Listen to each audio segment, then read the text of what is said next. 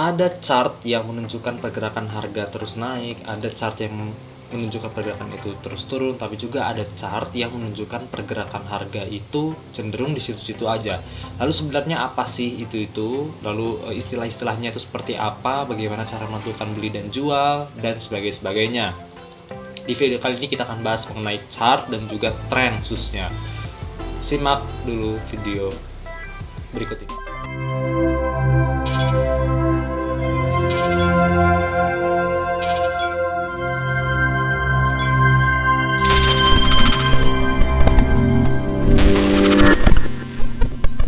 Oke, untuk kebanyakan orang yang sudah pro di technical analysis itu cenderung mereka sudah tahu ya mengenai Dow teori, mengenai tren, ada trend downtrend sideways, mungkin mereka sudah tahu ya. Tapi untuk orang-orang yang pemula, beginner ya, amatir, itu kebanyakan masih agak-agak bingung ini apa sih artinya dan sebagainya. Nah, di sini gua ingin membahas terkait tren. Tren itu ya kecenderungan harga ya. Nah, tren itu pada dasarnya secara basic, secara sederhana dibagi menjadi 3. Yang pertama uptrend, yang kedua downtrend, dan yang ketiga sideways. Yang pertama dulu kita bahas ya. Yang pertama adalah uptrend. Uptrend itu up berarti naik, trend berarti kecenderungan harga. Artinya uptrend adalah kecenderungan harga yang bergerak naik. Nah, tandanya apa sih kita bisa bilang bahwa harga ini cenderung naik?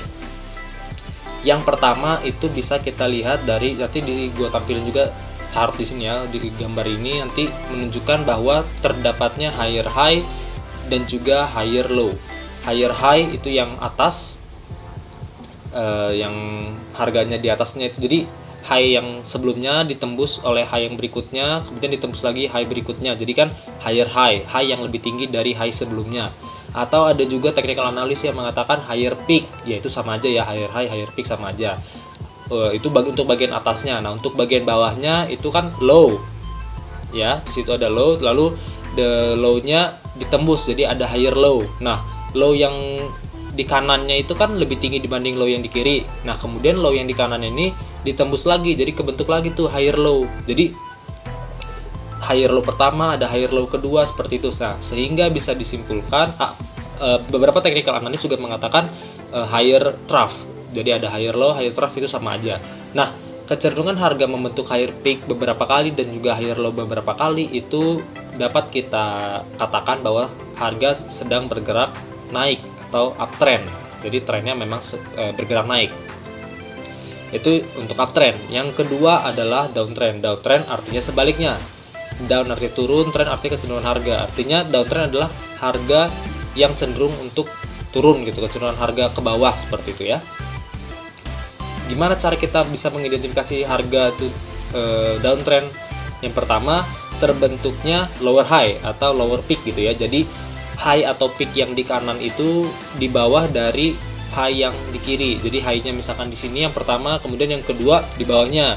Nah, kemudian high berikutnya itu di bawahnya lagi gitu. Jadi high-nya itu turun terus gitu, standarnya turun terus. Nah, untuk bagian low-nya itu kita bisa lihat dari lower low.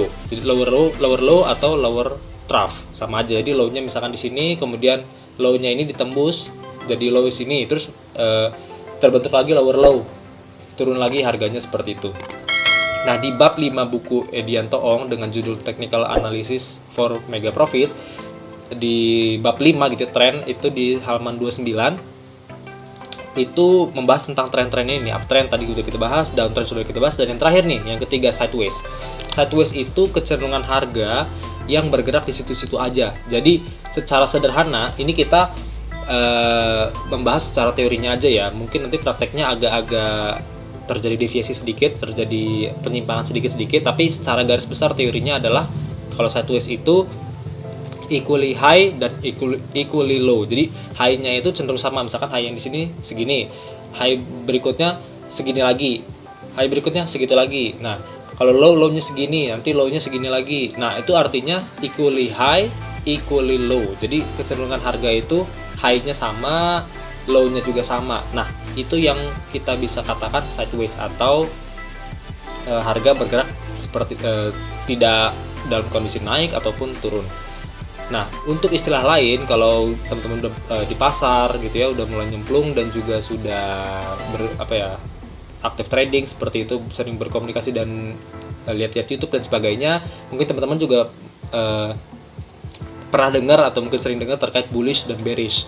Bullish itu pada dasarnya adalah uptrend, jadi cuma istilah lain dari uptrend. Jadi bullish itu ya harga bergerak naik, biasanya disimbolkan dengan kayak banteng gitulah, bull kan. Nah sedangkan kalau bearish itu kecenderungan harga turun, disimbolkan dengan bear beruang, jadi harga bergerak turun atau downtrend. Itu cuma istilah lain saja. Biasanya bullish itu hijau, bearish itu merah. Lalu di bab 5 ini juga diajarkan terkait buy point dan sell point. Jadi buy point itu gini dulu, trend line itu kita bisa garis high ke high berikutnya, ke high berikutnya, dan low ke low berikutnya, ke low berikutnya. Kalau kita ngomong uptrend dulu ya, higher high atau higher low gitu ya. Itu kita bisa garis dari upper shadow untuk high dan lower shadow untuk low-nya. Nanti kita bisa tarik garis sehingga kita bisa lihat trend line-nya seperti apa. Apakah uptrend atau downtrend. Nanti kalau kita uptrend kita lihat high-nya di mana, kalau kita tarik garis diagonal, low-nya di mana kalau kita tarik garis diagonal. Secara umum, bukan beberapa lagi ya, seringkali ketika harga menyentuh garis low dari trend line yang support yang bawah ini, biasanya orang bilangnya supportnya ya, setelah dibikin trend line low dari uptrend itu kita bisa asumsikan bahwa itu adalah supportnya, salah satu supportnya ya. Mungkin nanti ada metode lain, tapi salah satunya dengan cara seperti itu. Ketika harga menyentuh bagian low garis support yang low ini, maka akan terjadi rebound, harga akan mantul lagi, cenderung seperti itu. Sehingga posisi kita untuk beli salah satunya ketika harga menyentuh di bagian support dari tarikan trendline kita yang low tadi. Nah, menentukannya bisa pakai shadow-nya atau bisa pakai close price-nya. Itu beda-beda tiap chartist, itu ada yang prefer untuk menggunakan body candle-nya aja nih. Ada juga yang shadow-nya dengan alasan argumennya apa nih kalau misalkan yang pakai shadow, karena harga pernah menyentuh di harga itu loh, di titik itu, meskipun tidak close di harga tersebut, tapi harga setidaknya pernah menyentuh di angka itu, makanya mereka cenderung untuk memakai shadow. Tapi ada juga memakai body doang, body candle, ya itu masing-masing lah, preferensi orang masing-masing, terserah. Cuma di sini gue ingin menyampaikan bahwa ada yang memakai shadow-nya untuk menarik garis trendline, ada yang memakai body candle-nya untuk menarik garis trendline-nya. Begitupun dengan resistance-nya. Ketika harga bergerak uptrend naik, nah resistance-nya itu salah satu caranya dengan melihat high-nya tadi kan ditarik garis trendline. Nah, ketika menyentuh harga di sana, maka akan terjadi pemantulan arah dari tadi naik menyentuh garis trendline yang atas, yang high, maka akan terjadi pemberikan arah sejenak ke bawah seperti itu ya. Jadi begitupun sebaliknya dengan kalau downtrend pun demikian ya.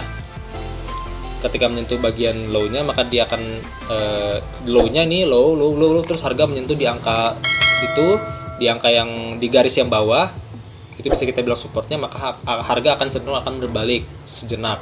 Kemudian ketika menyentuh bagian trendline dari high tadi, lower high yang bagian atasnya, maka harga akan cenderung berbalik arah menjadi turun. Seperti itu ya, secara basic seperti itu. Nah, salah satu cara lain untuk menentukan trendline itu, ini tidak dibahas di bab 5 buku Edianto Ong, tapi salah satu caranya bisa melihat dari moving average. Moving average-nya bisa pakai simple average, bisa pakai weighted average, bisa pakai exponential average. Intinya, harga rata-rata yang dilihat dari, ini tergantung time frame masing-masing teman-teman ya, apakah trader atau investor. Cuma basicnya misalkan ada, ini contoh kasus ya, ada yang pakai moving average dia 50 hari dan 100 hari, misalkan kayak gitu, 50 hari dan 100 hari, itu kan cukup umum. Nah, ketika harga atau candle itu berada di atas moving average 50 dan 100, jadi ini harga di sini candlenya, ini moving average 50, terus yang bawahnya moving average 100 gitu ya.